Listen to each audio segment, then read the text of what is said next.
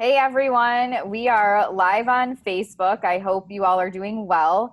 I'm excited to have Dr. Corinne with us today to talk about the Do Better Couch to Camp online conference that we have coming up in just a few weeks.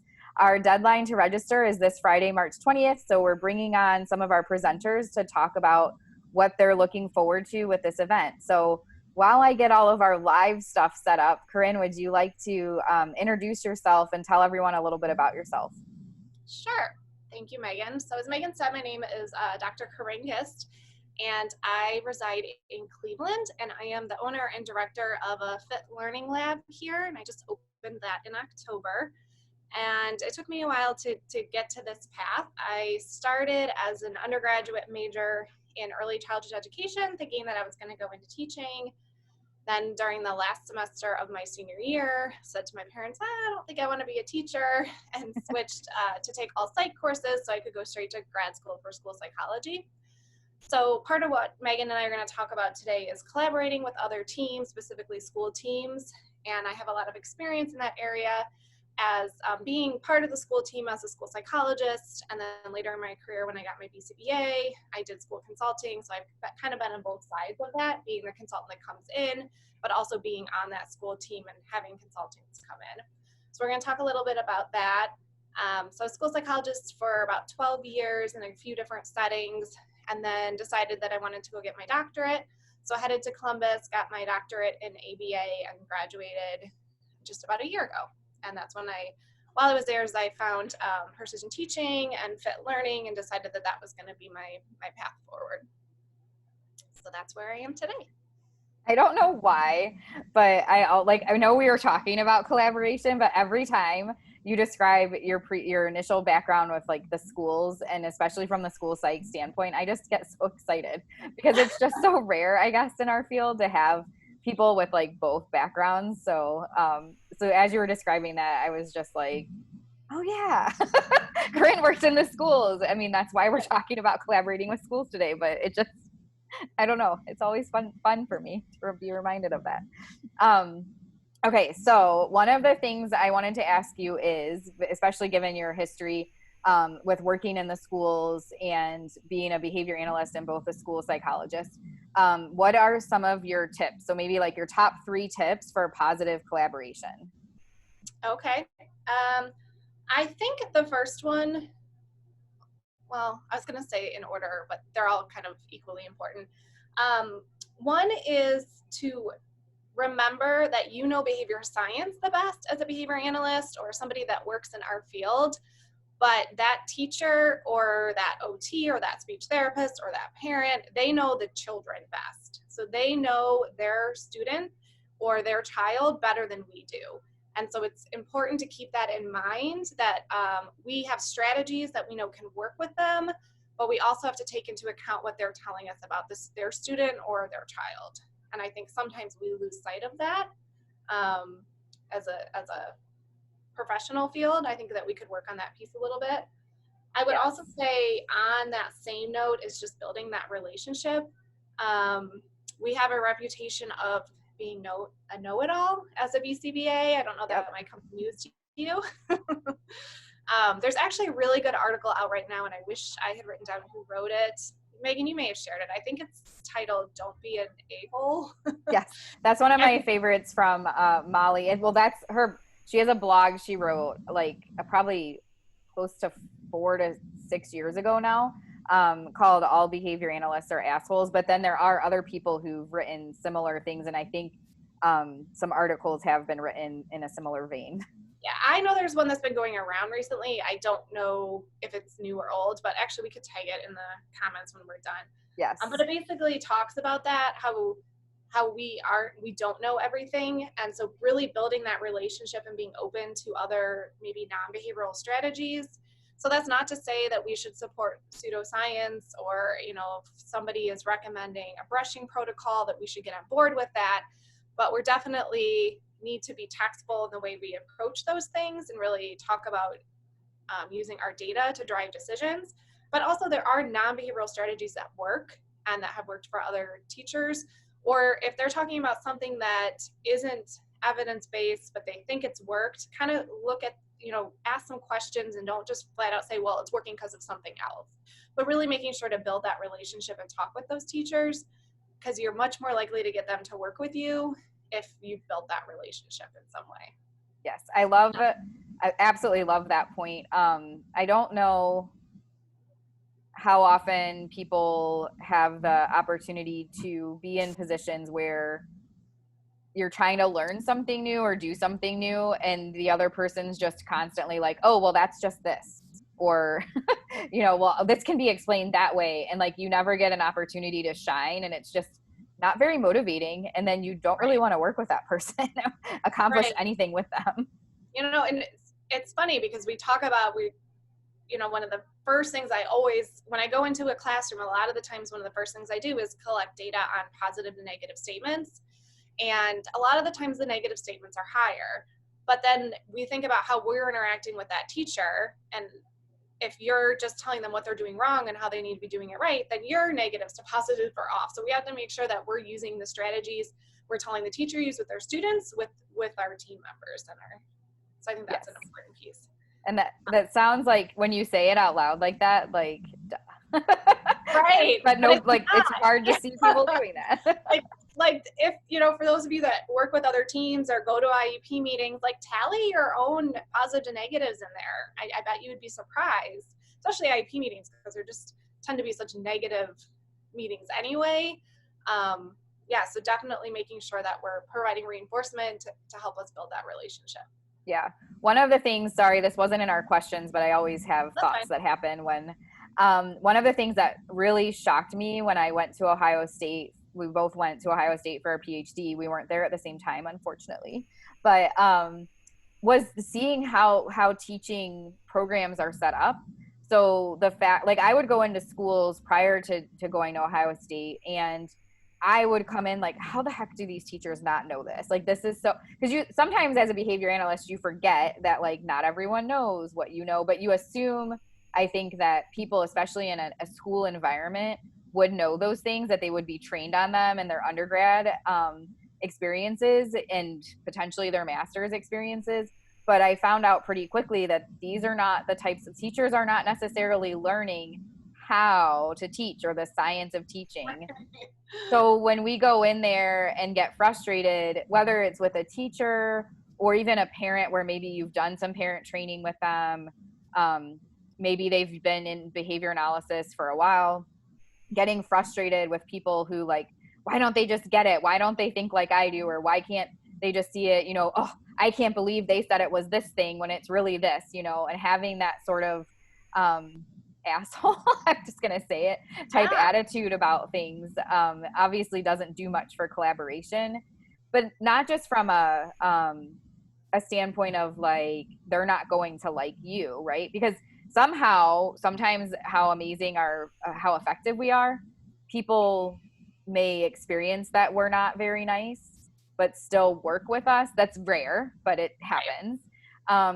But it also doesn't set a positive tone for that initial interaction from your angle either. Like, we're not likely to be successful with people if we're coming in with that negative attitude of like, oh my gosh, I can't believe blah, blah, blah, blah, blah, right?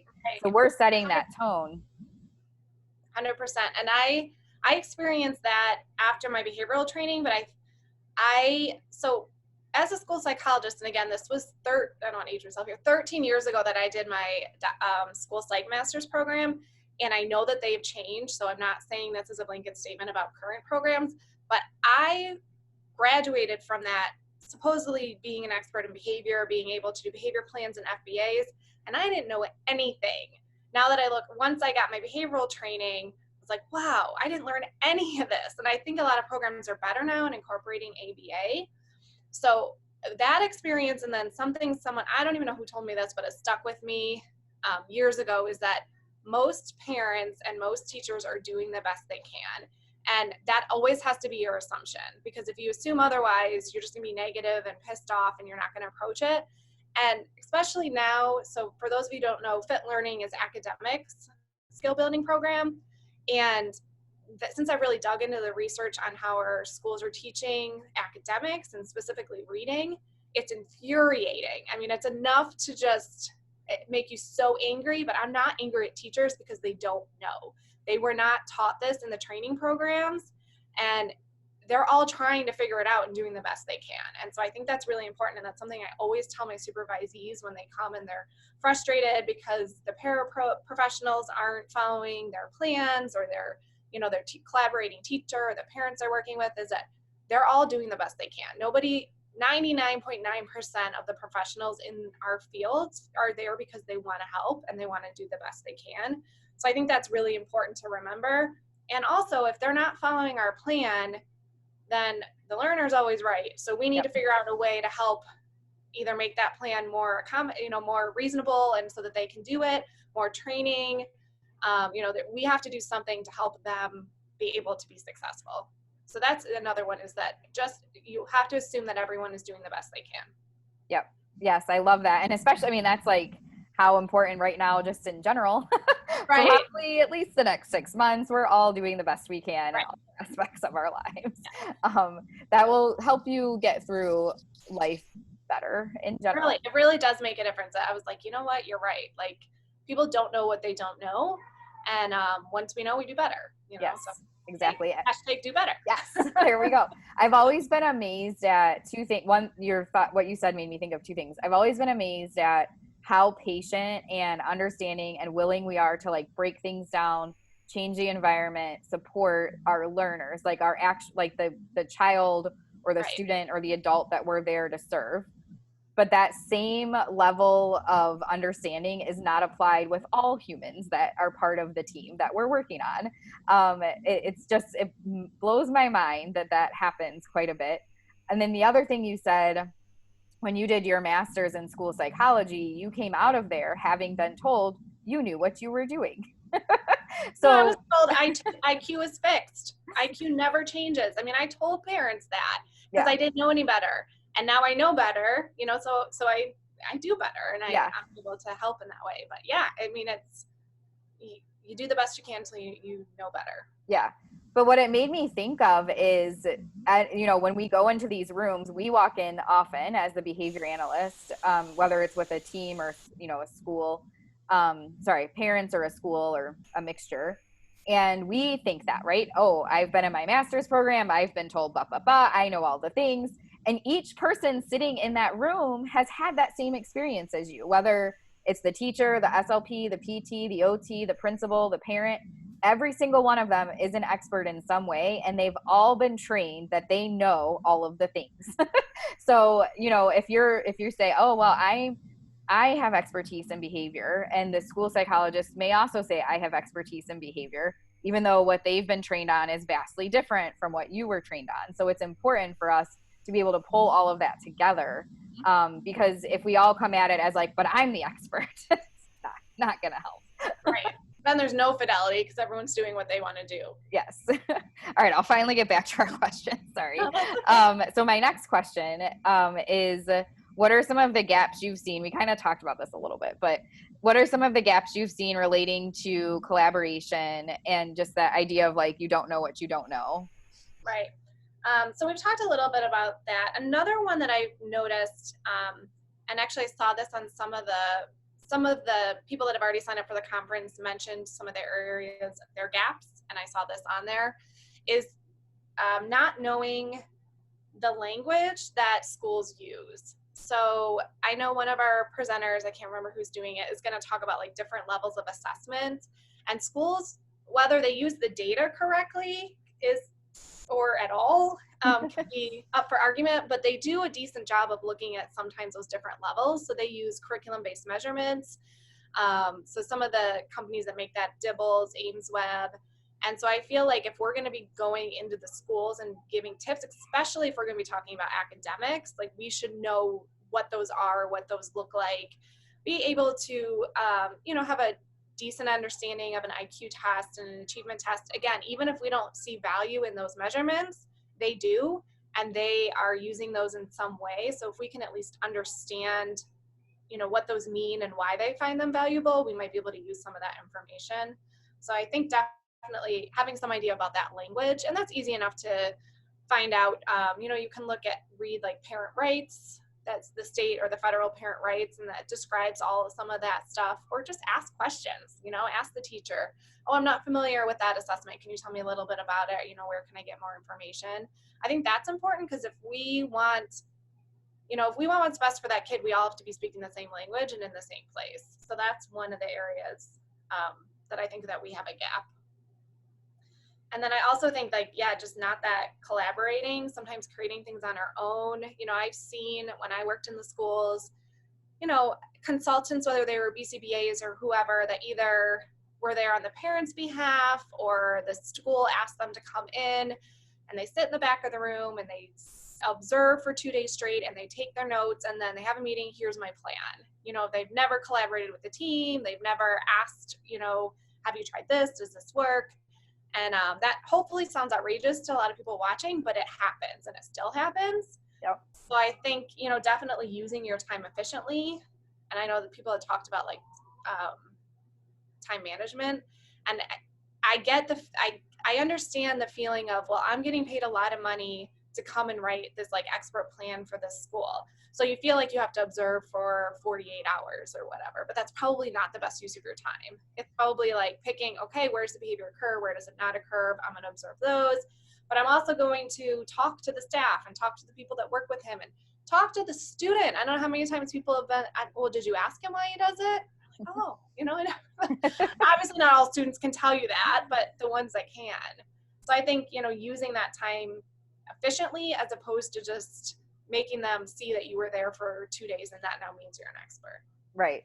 And when you were saying the 48 hours, I was thinking, a lot of the times, at least what I was trained to do, is you have to go in there and get the data. Yeah, get that data. How will you know what's going on? Typically, and this is just me because of my experience level at this point, but at this point I could probably go into a classroom and in 5 minutes know what the main things are that probably need to be talked about.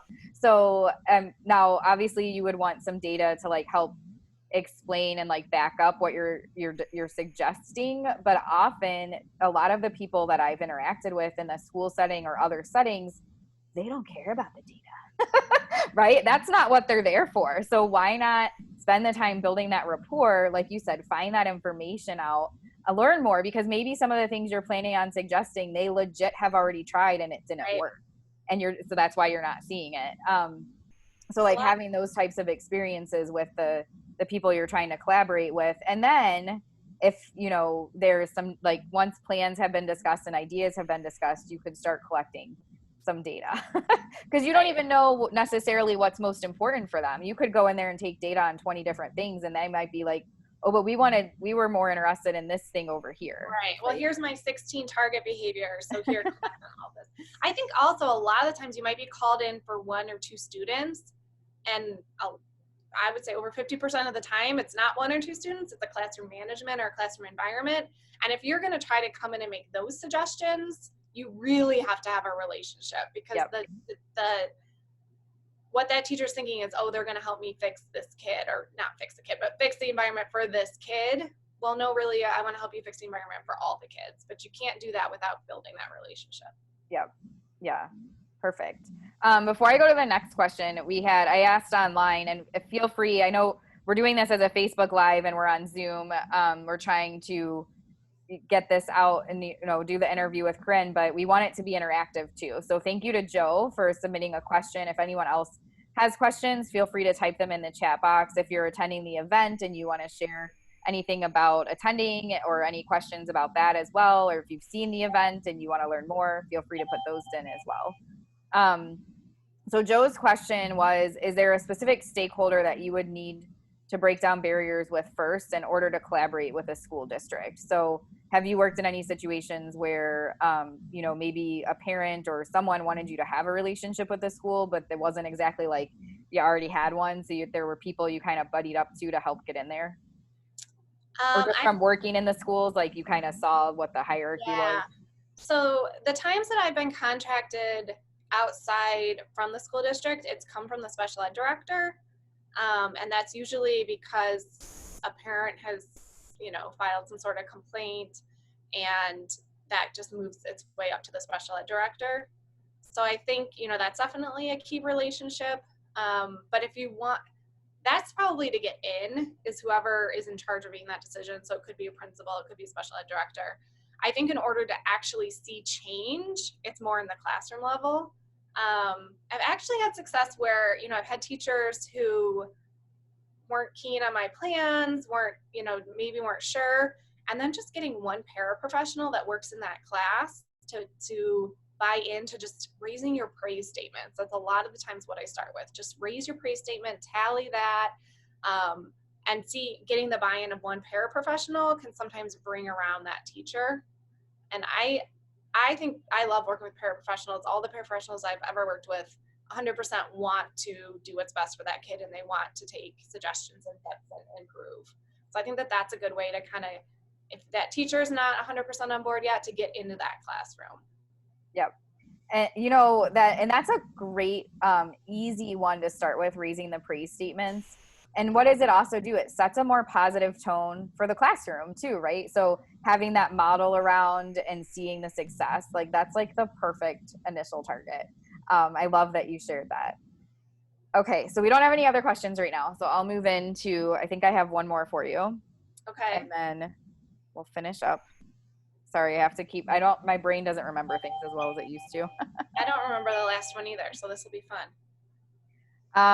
Well, there might not have been a last one. Nope, there wasn't a last one. That Okay. was it. So I guess what we'll do, I did the same thing with Amy yesterday, is I'll put the information for the event in the chat box, but if there's anything you want to share, like you were telling me before we started, how you were excited about the software we're using, if there one thing you're most excited about for the online portion of the event, feel free to talk about that for a minute if you can.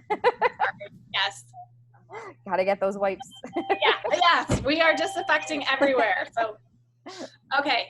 I'm excited for a lot. But yeah, so we did you posted it. I think I had already left when you posted the live of the online, but I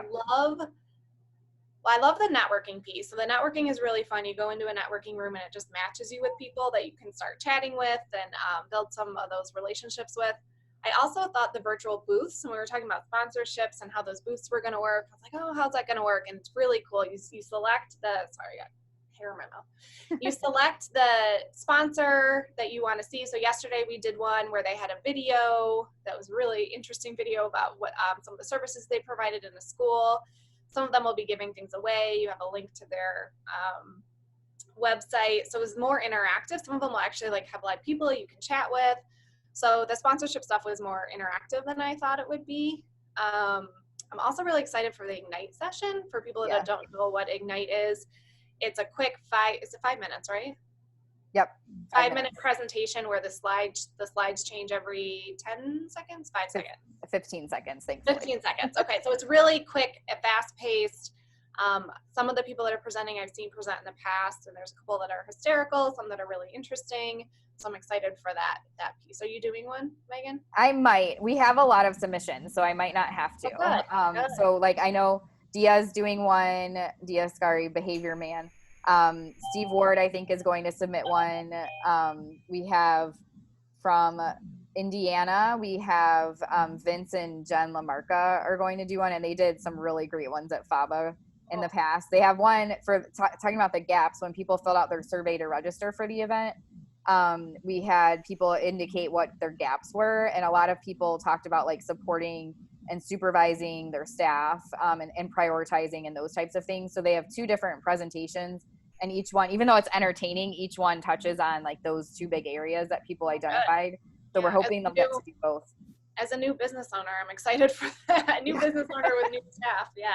Yeah. I don't know if they'll throw in, maybe they'll modify it and add some things about how they're addressing COVID in there too, but we'll Right. The disinfectants that are I told any families that find them and bring them in, I'll pay them double for them because 80 left and we're rationing them. Yeah.